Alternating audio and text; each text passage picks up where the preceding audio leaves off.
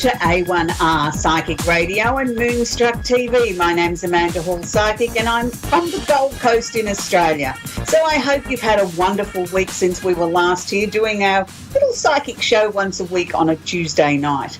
So for those that are just joining us for the first time, just a little quick recap of my psychic history. I've been in the industry over 40 years here in Australia. I've been responsible for designing a deck called the Simply Tarot deck, which has been sold worldwide, which enabled people to learn from the privacy of their own home in a very fast and familiar format, working with the Simply Tarot cards. I've been inducted into the Psychic Hall of Fame here in Australia, and I've just been crowned the Psychic of the Year for the third year in a row. So that's just a little bit of my psychic history. So on tonight's show, what we're going to be doing is continuing with our little four-part series on the sun sign, moving through the zodiac. So most of us know our sun sign. We check out the newspaper or check it out online and see what's happening for the day in our stars. So what I'm endeavouring to do in our weekly show is to bring you just a little bit more insight into this amazing world that we call astrology. And this has been a major part of my life for over 30 years. So I'd like to bring a little bit of the celestial magic into your life. So this week we're going to be covering the signs of Libra, Scorpio and Sagittarius. Now, you don't need to have a pen and write it down because all the information will be pasted on my Facebook page later today. And my Facebook page is Amanda Hall Psychic, so you can always catch up there with everything that we talk about on the show. So we're going to start with Libra. Now, Libra is a cardinal sign, which means it's one of the 4 points of the compass.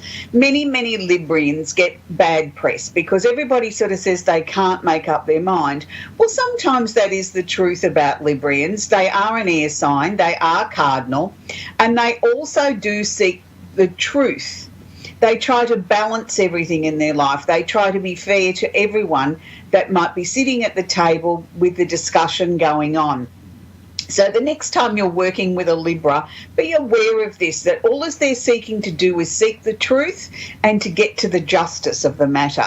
They're not trying to alienate anybody. They're trying to bring a peaceful resolution for everybody concerned. We move on to the next sign of Scorpio. Now, for many, many years, I struggled with this sign because a lot of Scorpios that I've been fortunate enough or unfortunate enough to meet in my lifetime seem to be very secretive, seem to be very jealous, possessive.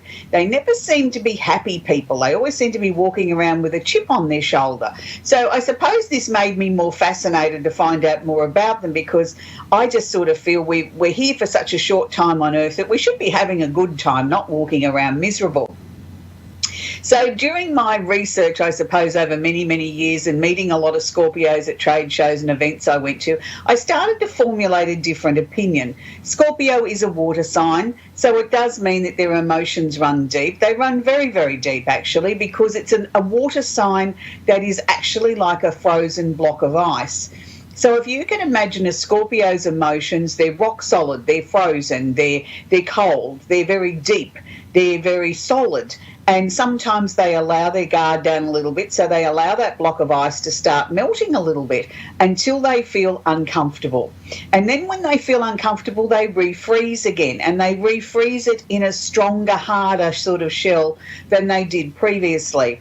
They are a fixed sign, so yes, they are very definite in their opinions. It doesn't mean that they're always negative.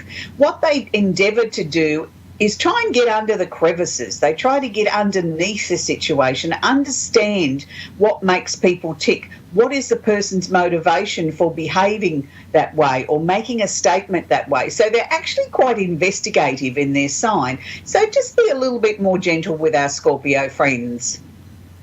The final sign that we're going to be working with today is the sign of Sagittarius. Now, you don't get any prizes for guessing that I'm a Sag because I'm always upbeat and positive, and I am most of the time. But Sagittarian energy is a fire sign. It is known as immutable, so it means it's flexible. It means it can sort of bend and change and rearrange things and try and accommodate everybody that might be in the equation. But it doesn't mean that they're weak. What it means is once their mind's made up, their mind is made up. The Sagittarian energy is the higher mind, the higher learning. They're always known as the eternal student. They never, ever, ever stop learning. And this journey of life is probably the greatest university that they can go to, the University of Life, where they can continue to learn each and every day. One of the more noticeable things about a Sagittarian is their attention to truth. Don't ask a Sagittarian a direct question unless you want the truth. They really have difficulty in lying or telling you what you need to hear. So if you want the truth, ask a Sagittarian. As we've been working on this show over the last few weeks, we've also brought into the segment a card of the week from the Simply Tarot deck that I designed. So this week's card is the Fool. Now, the Fool is an interesting card. It's one of the major arcana cards. It's the last of the major arcana cards, in my opinion, because it is the Zero. The Fool never means under any circumstances you are a fool. It means good friends, happiness, maybe needing to take a giant leap forward in your life. So you're ready to jump off the edge of the cliff. You're ready to jump into the unknown, to take a leap of faith and move into some new and exciting opportunities in your life. Now, this brings me to the other part of our show that I like to bring in some astrological reference to what is actually happening in our current universe, what is making us all feel uncomfortable or what's making us tick. So this week we're going to be focusing on the new moon. Now, the new moon will commence its little journey for 2.5 days from the 26th of April, which is tomorrow in most parts of the world. But if you're in the southern part of the hemisphere, as I am, it starts tonight. So the new moon is asking us to look at things in a brand new way. Adjust your glasses, adjust the lens so that you can look at the situations and the opportunities that are now presenting themselves in your life with a brand new focus. It's time to sort of set our intention for what we would like to attract in our lives. Now, I know many people say, oh, you know, I've written the vision board and I've done this and I've put it up on the refrigerator and I didn't get that $1 million, even though I sent it out to the universe. Well, let me share a little secret with you. I don't think setting intentions or creating vision boards or putting it up on the fridge is necessarily going to attract you $1 million unless you've worked for it, or unless it's actually your turn to win the lotto or the lottery. And for most of us, that's not our turn. What we need to be setting intention for is things that we know that we can achieve, that are realistic, things that we may have been working on, things that maybe need that final push to bring it to fruition.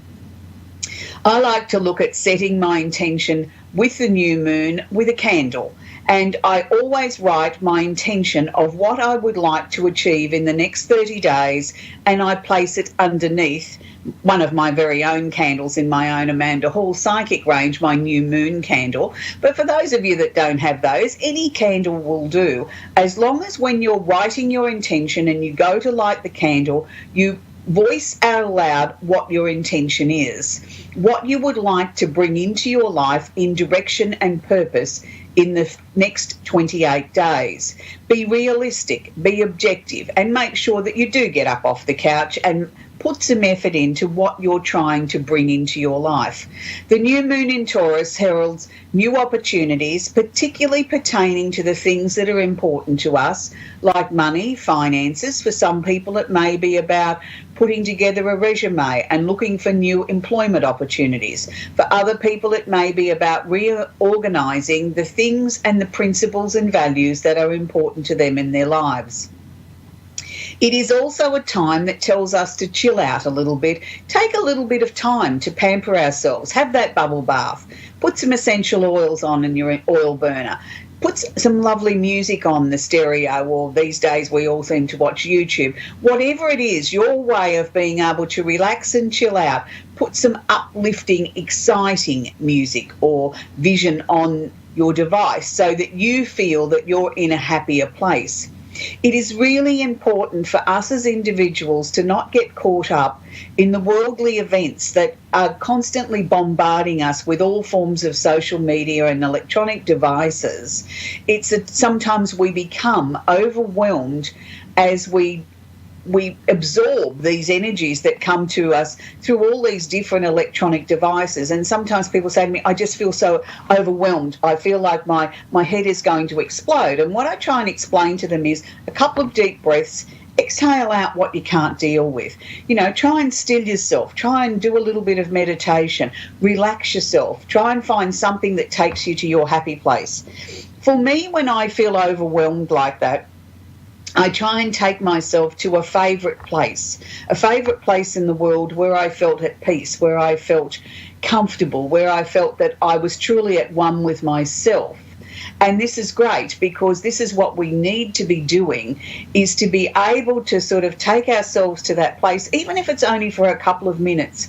Close our eyes if it's possible, inhale gently, exhale the negative or the pressure that we're feeling, and start to unwind, so that when we come back to the task at hand, that we do feel a little bit more refreshed, we feel more focused, and we don't feel as pressurised. I think the major thing that causes illnesses in our lives this day and age with our fast-moving society is that we don't take the time to relax and still our mind, and more importantly, relax and still our body. We need to allow that pressure to be released. And this is why it's so important, and we're seeing the resurgence of people going and having massages or buying devices that can help them relax, or, exercise and release the tension out of their body. Because we move in such a fast-paced society today, we forget to look after ourselves. And many years ago, people potted around in their garden. They'd go and spend some time, watering their veggie patch or picking some fresh vegetables for dinner. That was their form of meditation, their form of relaxation. So I really do think we as individuals can try and bring some little piece of peace and tranquility into our lives, even if we do live in an apartment. Maybe it's the perfect time to start a little veggie patch or a little patch of herbs out on your balcony, something that you can go to that can be your happy place, that can be part of your day, so that you can start to bring your life back into balance. So that's what I believe the new moon in Taurus is asking us to do this time. So it's a time of new opportunities. So talking about new opportunities, we're going to take our first caller, and that's Mary from Toronto in Canada. Are you there, Mary? I am. How are you? Can I help? I'm very well tonight, thank you, Mary. How can we help you? I just lost my son February 12th. I just need to know if he's okay. I'm very sorry to hear that, Mary, that you've lost your son. That's something that I can't begin to imagine how you've handled that and how you've tried to cope with it. I don't think there's any greater loss to a parent than losing a child. The first thing that I'm picking up around this, Mary, is that I do believe your son is okay, but I'm going to say to you, I don't believe he's happy about being okay. I don't believe he's happy about being gone. So right. I'm taking that energy that this must have been a sudden situation, was it? Because it's almost like he's still in disbelief that this has happened. Yes, absolutely. Yeah, so that doesn't mean that he hasn't gone through to the other side and, that he isn't in a comfortable spot there. It just means that you've got to understand when we lose somebody, and particularly when we lose them tragically and suddenly like this, it takes a little bit of time for them, as they go through the processes, as I understand it on the other side, to be able to handle their own grief. Your grief is very real. I appreciate that. I've been through loss in my lifetime, not one of my children, I might say, but other losses. And I do understand that there is no timetable for when all of a sudden magically you're all glued back together again. I don't know that ever happens completely. I don't think you can ever go back to being as you were before the event. No, but I'm a whole new person. You will be, and you will be discovering a whole new person for many, many years to come. But you've lost your son. And I'm not taking away from your grief, Mary, but what I want to share with you is your son has lost everyone. He's lost you, he's lost Dad, he's lost his friends, everything that was important to him. So he needs the time on the other side to grieve and come to terms with that, and also to come to terms with the fact that his life was taken so short, that, he wasn't able to fulfill the dreams that he had as a young man, venturing into the next areas of his life. So please, when I say to you, just understand that he's having trouble with that, but yes, he is okay. I do feel that he has tried to make some sort of contact with you. He feels he's been unsuccessful to get your attention. Now, I don't want you to be cranky with yourself over that. It's sometimes hard for us as human beings to understand when someone from the other side is trying to connect with us, because we're looking for this great epiphany. We're looking for this great vision of, they're going to come back and tell us it's great over there, or they're going to give us a sign that we can't ignore. And sometimes it's as simple as a photograph being moved, or a bunch of flowers you put on the table and you think, why is that not straight? I'm sure I straightened that up. It's their way of trying to contact us in a subtle way to get our attention. So you may have experienced those things already and sort of dismissed it as, oh, maybe I didn't straighten it up properly or whatever. Just know that that's your son. So the next time that it happens, have a conversation with him out aloud, because by doing that, I believe that strengthens our connection with them, and it helps them to be able to connect with us. Let me assure you he's always with you. Who was the young girl? Was there a young girl that he was dating or something like that? Because he's showing me a young girl. Yes. And he's showing me pink hearts. Pardon? It was his girlfriend. Right, he's showing me pink hearts around it. So can you please convey to her that he still loves her and he misses her very deeply, and he's just showing me these masses of pink hearts. I feel he was very serious about her. Whether or not she knew that, but in his mind, he felt this was going to lead to being a very serious relationship. And he wants her to know that. I think it's for his 2 daughters. Okay. He had 2 daughters. Okay. Yeah, that might be what it is. He's just showing me masses and masses and masses of pink hearts. Wow. He keeps telling me it was no one's fault.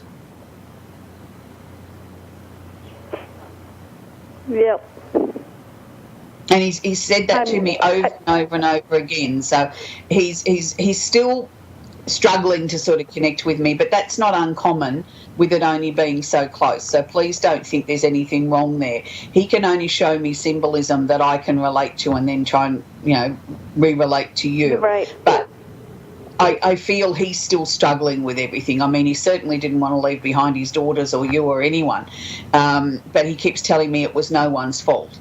If you can take that out of the equation and try and heal the best you can, that's the most important thing you can do for him and in his memory, in his honour. And he wants you to always talk about as if he's there. He doesn't want to be remembered in a sad way. He wants to be remembered in the fun, cheeky sort of way that he lived his life. That's so true.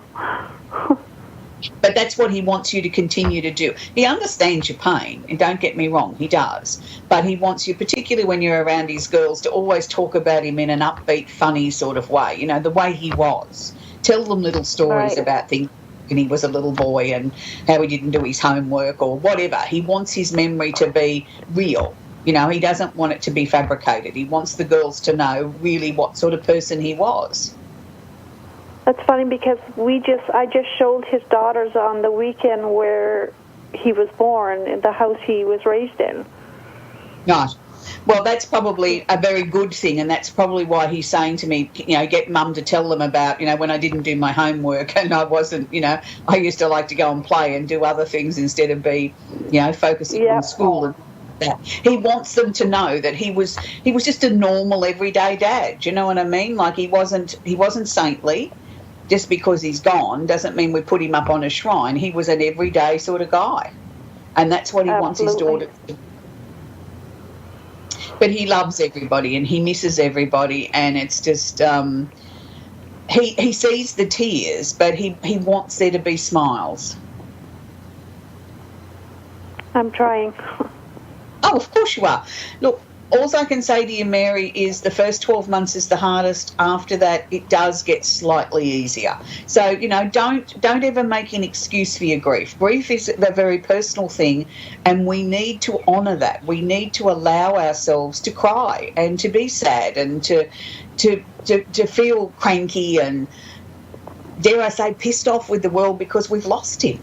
You know, they're all very real emotions, and we have the right to honour that. So don't let anybody tell you any different. You know, there's lots of good grief books out in the market, but I think it is a very personal thing, and we all adapt and find that comfortable spot to put this in our own way. And I think that's the best words of advice I can give you. But he's certainly around you all the time, and he's showing me loads and loads of pink hearts. So thank you for your call, and I hope that, you know, this has brought you a little bit of comfort, Mary. So much. God bless. Wonderful. Well, have a great night, sweetie.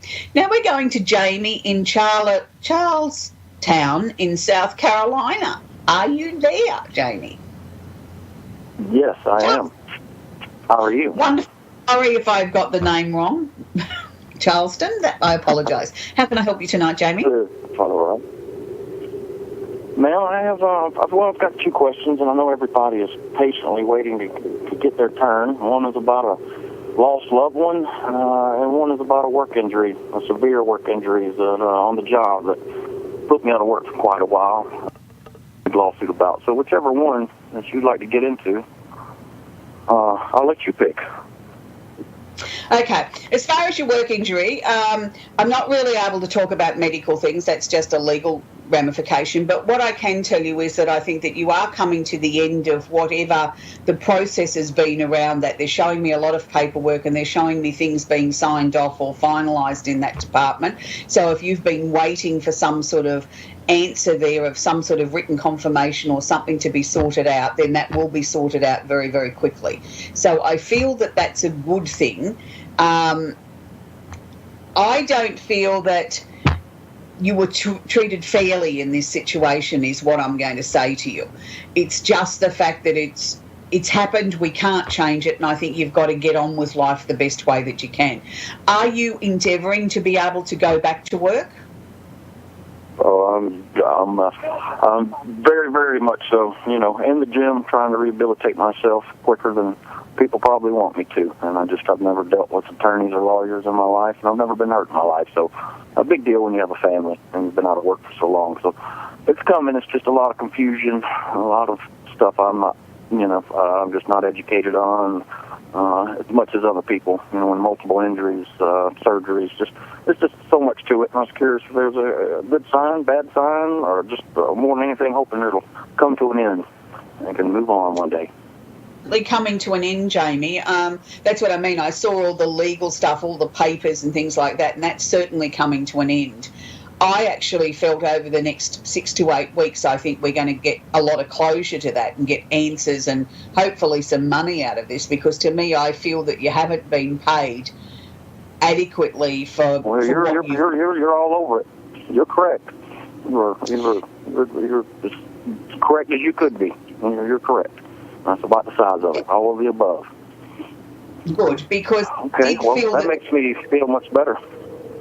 Good. And I also sort of felt that they were showing me by September as if you were able to sort of slowly start to go back into the workforce. I don't say anywhere near the capacity that you were previously, but I did feel that there was actively some paid work coming in September. So I can only take from that this legal stuff that they showed me beforehand is well and truly all sorted out.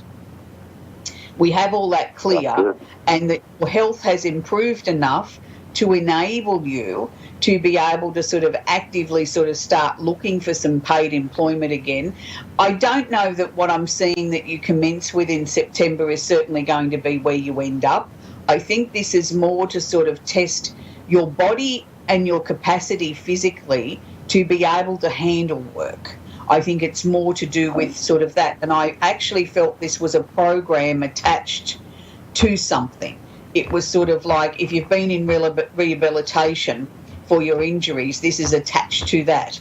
It's like them testing to see how far you can go. You know, how much have you recovered? How much has the body bounced back after the processes and the injuries and everything that you've been through. So this to me is the first step to you regaining your life again, which is amazing, because it's been a very long, hard road from what I'm seeing here, at least 2 years they're showing me. It's been a long time, and it's it's coming to an end. It's coming to an end, and ready and physically able to do what I did before, which was a pretty hands-on job. So, yeah, you're hitting the nail on the head. You're hitting the nail on the head. Yeah, but it's good to see that, things are coming to an end, though, Jamie, because it's not just been the physical strain of what you can't do physically anymore with your body. It's been the mental, the emotional, the financial pressure. It's just been a pressure right across the board. And I don't think a lot of people have really understood how this has impacted on you at every level. And, we then sort of start to see how inadequate we feel when we don't understand the legalities of things like this. And it's not through any fault of your own. I mean, we all don't go off to train to be lawyers so that we can understand the law. I mean, we all follow our passion and go into different professions that are suited to us as individuals. So it's a very important thing that we now finally have resolution coming. And I just sort of feel from September this year, the next 12 months after that, from September to September, we're going to see some rapid growth spurts for you. You will finally start to feel that you're back on top of the finances. You'll finally start to see, I've got a future now. I've got a plan ahead of me. I've got, little manageable steps that I can take that are taking me towards my end goal of being able to feel like a useful human being again. That, I will be back in the workforce. I will be gainfully employed. I will be able to sort of manage my ailments and my conditions to the best of my ability, but not preventing me from participating in life again, which is amazing also. So I wish you the very, very, very best of luck, Jamie. I know that this has been a long, hard journey, and I also know that you're an inspiration to all of our viewers and listeners here on the show. So we wish you the best of luck from here. So I'd like to take this opportunity to thank everybody that's watched this show again tonight with me. We'll be back again next week with our final part of the Sun series in astrology, plus our card of the week and whatever else is happening in our universe. So have a great week, everybody, and be kind to each other, and don't forget to chill out and enjoy the new moon in Taurus.